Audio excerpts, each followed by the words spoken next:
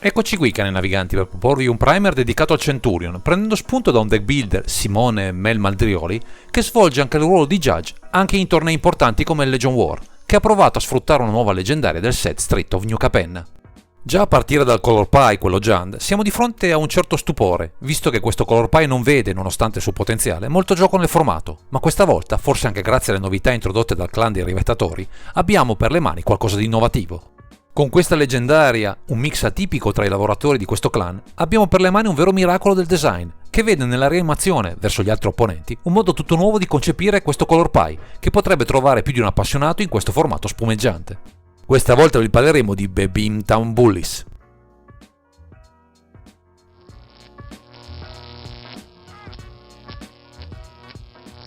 Siamo al cospetto di una creatura strana, da un lato un irsuto lavoratore, dall'altro un astuto e improbabile benefattore, che prova a mettere in difficoltà l'opponente di turno, insomma una combinazione pensata per il multiplayer, con risvolti alquanto interessanti per il Centurion, ma andiamo con ordine descrivendo le sue caratteristiche. Con 4 mana, uno generico e 3 specifici, uno nero, uno rosso e uno verde, abbiamo un guerriero Diavolo Ogre con forza 4 e costituzione 4, cautela e rapidità, e un'unica abilità, decisamente insolita. Nella sua abilità abbiamo tappa, un avversario bersaglio di cui è il turno mette sul campo di battaglia sotto il suo controllo una carta creatura non leggendaria bersaglio dal tuo cimitero. Ha rapidità, spronala, all'inizio della prossima sottofase finale, esiliala. Fino al prossimo turno, quella creatura attacca in ogni combattimento un giocatore diverso a te, se può farlo. Se da un lato le caratteristiche intrinseche del generale lo rendono un ottimo abitante paragonabile ad altri pezzi di pregio in un archetipo midrange, la sua abilità, attivabile tra l'altro anche al suo ingresso, lo rendono un enabler per delle strategie che sembrano più orientate al multiplayer a prima vista. Se però punteremo a regalare all'avversario delle creature che lo porteranno a perdere in un istante, ecco che questa leggendaria assume tutt'altro significato, trasformandosi in una finisher non perché mena il nemico, ma perché lo soffoca nel suo stesso dolore. Un piano astuto degno di questo The Beamtown Bullies, che oltre ai muscoli mostra un'arguzia sopraffina, come naturale che sia per chi è cresciuto nelle strade di New Capenna, in sobborghi in cui la violenza la fa da padrona.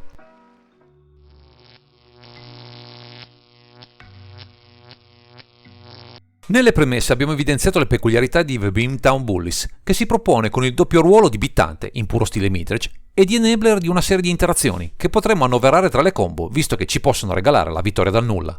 Il trucco è quello di scegliere delle creature da rianimare sul board dell'avversario, che prima ancora di entrare in azione ne possono decretare la morte immediata, come nel caso di Leverer, che rimuoverà il grimorio al nemico uccidendolo nella sua fase di pesca. Anche l'Inverter of Truth, in determinate situazioni, può portare alla morte prematura dell'opponente, se non è stato in grado fino a quel momento di mettere nel cimitero qualcosa di utile, per salvarsi nel suo turno, non potendo più pescare alcunché. Un'altra carta che non ci garantisce la vittoria, ma ci offre un enorme vantaggio, è Eater of Days, che, se regalata nella end phase dell'avversario, ci regala ben 2 turni aggiuntivi, oltre a quello che avremo a disposizione, per un boost potenziale per una chiusura di danni nelle giuste condizioni. Infine, potremmo anche sfruttare Jagger Puppet, indebolendo enormemente la mano del nemico, visto che la creatura sarà obbligata ad attaccare e sarà facilmente parabile, costringendo l'avversario a scartare carte preziose, oltre a essere un bersaglio goloso per alcune delle nostre magie, per un value enorme soprattutto contro determinati archetipi. Questo approccio ci porterà a mettere in campo il generale il prima possibile, se avremo i mezzi per mettere nel cimitero qualcuna di queste mestizie da regalare all'opponente, quindi sfrutteremo qualche mana dork per accelerare la nostra azione, con Bird of Paradise, Elves of Deep Shadow, Gilded Goose, Ignobile Hierarch e Orcish Lumberjack. Niente di stravolgente, sia chiaro, ma avere comunque in campo un 4-4 con cautela e rapidità fungerà comunque da deterrente per le combat del nemico, mettendo al sicuro i nostri primi punti vita, verso avversari più rapidi di noi. Fondamentale sarà proteggere dai counter il cast del comandante, vitale per il pieno combo, verso archetipi a base blu, quindi con Allosaur Shepherd, Vexy Shukser e Garrel Souls. Faremo di tutto per garantirci la riuscita del nostro perfido gameplan, verso questi avversari sempre ostici da affrontare. Altro aspetto chiave per una build che punta a pezzi specifici sarà quello dei tutori, partendo da alcune creature come Fauna Shaman, Goblin Engineer e Violent Omber, che cercano di passare tramite il cimitero per ottenere i pezzi giusti al momento giusto per la nostra azione. Il Color Pie poi sul fronte delle magie ci offre una marea di soluzioni valide tra Diabolic Intent, Gamble, Green Sun Zenith, Grim Tutor, Profane Tutor, Tainted Pact e Worthy Tutor, garantendoci un'enorme flessibilità nell'azione, sia per chiudere con la combo, sia per le vie tradizionali del nostro Color Pie. Inoltre andremo a sfruttare dei tutori che puntano specificatamente a riempire il cimitero, con Burial Alive, Jera's Orders e un Maker Grave, per una reattività puntuale di queste combo, che possono essere anche attivate a velocità istantanea per la massima flessibilità nell'azione. E se qualcuna di queste creature scomode finisse in mano, con Faithless Loot e in Sylvan Library, potremmo comunque soddisfare la possibilità di chiudere dal nulla con questi enabler, qualora si presentasse questa evenienza piuttosto spiacevole. Con questo impianto potremo comunque utilizzare Reanimate come tech di contorno per rimettere in capo qualcosa di utile, per passare al piano agro, con una delle creature adatte ad aggredire l'avversario nel caso fosse in sofferenza per chiudere i giochi a testa bassa. Resta comunque spazio per alcune tech come Ragavan Nibelpilfere e Life from Velom, che non sono direttamente collegate al gameplay proposto dal generale, ma ci faranno sicuramente comodo per fare in modo che tutto giri a meraviglia.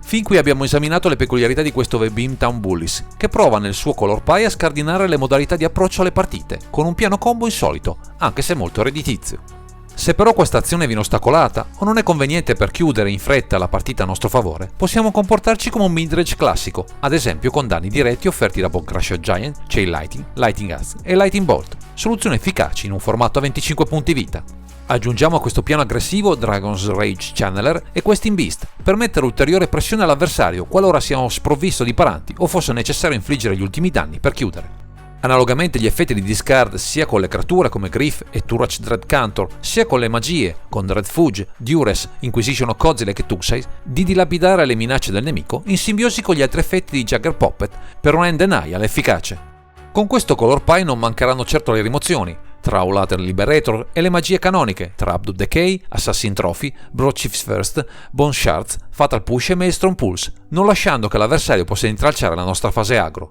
Anche con delle vratte globali come Pernicious Deed e Toxic Delage, faremo in modo che le piccole creature vengano spazzate via in favore dei nostri bittanti di peso, in particolare il generale, che si presenta comunque come un 4-4 di un certo spessore. Per ostacolare alcuni archetipi specifici ci doteremo di due staple ormai indiscusse nel nero, Droughty Walker e Opposition Agent, con un effetto di lock in determinate meccaniche altrimenti difficili da contrastare per il nostro color pie.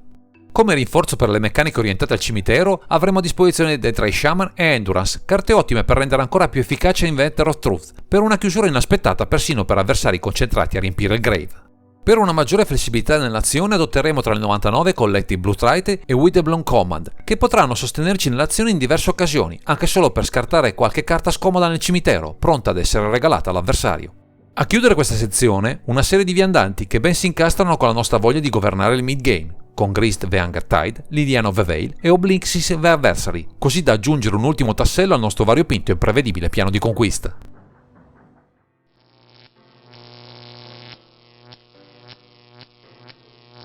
Con l'arrivo di questo The Beamtown Bullies, già dai primi spoiler per Simone e Mel Mandrioli si è concretizzata la possibilità di mettere in pratica la sua passione per le combo, abbinandole a un color pie spesso bistrattato per l'assenza di generali innovativi. Già con il Modern e le combo basate su Splinter Twin e meccaniche simili, il nostro deck builder si è destreggiato nel trovare qualcosa di inaspettato e non convenzionale, anche abusando delle meccaniche come Dredge, sfruttando le pieghe del ruling e di tech poco note. Questo comandante dalla sua offre, con la sua abilità fuori dal comune, un supporto al piano midrange che passa dalla combat molto solido, così da valorizzare il color pie a disposizione, distraendo gli avversari dal focus principale del mazzo, che ha modo di chiudere sempre con soluzioni alternative. L'idea poi di sfruttare carte come Lever ha un che di gratificante per il nostro deck builder, senza contare la possibilità di estendere la combinazione colori a disposizione da quelli IZ solitamente usati a quelli Jund, con il nero a supporto di molte interazioni e tutori.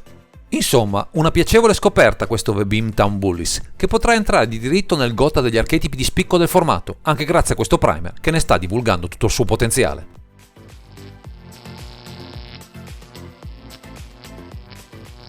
Secondo Simone e Mel Mandrioli, approcciarsi alle partite con questo The Beamtown Bullies dipenderà dalla capacità dell'avversario di proporsi con minacce più rapide delle nostre, o se necessita di tempi più lunghi per contrastare il nostro gameplay principale.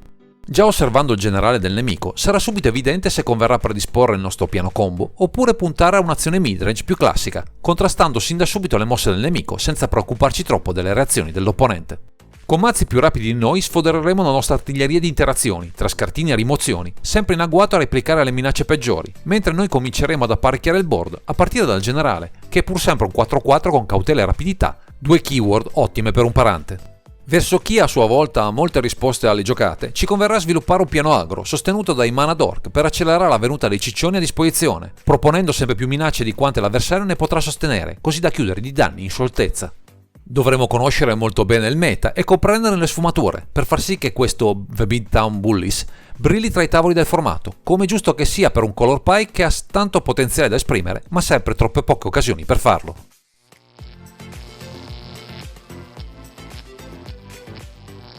Grazie ai consigli del nostro deck builder proviamo ora a comprendere come questo archetipo basato su The Beamtown Bullies si posiziona nel meta Centurion rispetto ai diversi archetipi che al momento bazzicano tra i tavoli da gioco. Vista la gioventù dell'archetipo e la possibilità di confronto al momento solo con il meta locale, per il nostro deck builders non sono emerse grosse criticità, anche se in alcune situazioni bisognerà giocare con attenzione per non soccombere a determinati avversari.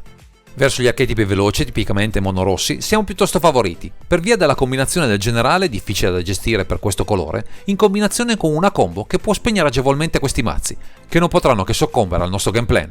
Con i mazzi a base blu o esper saremo in una situazione di equilibrio. Qui dovremo preservare il più possibile il nostro board, cercando nel frattempo di ricostruire la combo, anche perché un ribaltamento di fronte o una vratta ci potrebbero compromettere il vantaggio, costringendoci a puntare unicamente su quest'ultima chiusura.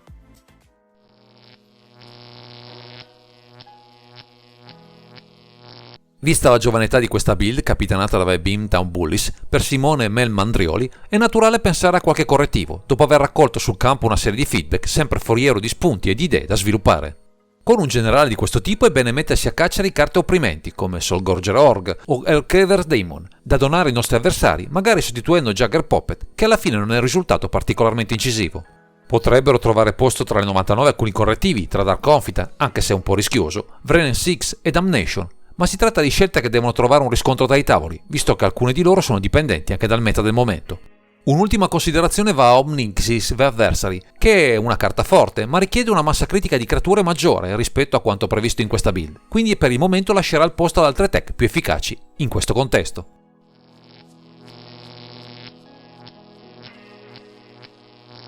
Siamo arrivati alla conclusione di questa disamina. Ringraziamo Simone e Mel Mandrioli che ci ha illustrato un generale unico nel suo genere, che avrete modo di saggiare nei vari appuntamenti presso la community di Academia, in particolare il giovedì sera. Se volete rispolverare i colori Jan con delle tech tutte nuove e un piano di gioco mai scontato, questo The Beamtown Bullies potrebbe fare a caso vostro, dovete solo limarne qualche aspetto secondo il vostro gusto, vista la gioventù di questa build, che deve farsi ancora le ossa tra i tavoli del formato. Per ulteriori approfondimenti o che solo per saperne qualcosa di più su questo formato, seguite il canale su YouTube, Centurion TV. Il link è presente in fondo a questo video dove troverete matchup, guide alle build e una community sempre pronta a darvi spunti e consigli.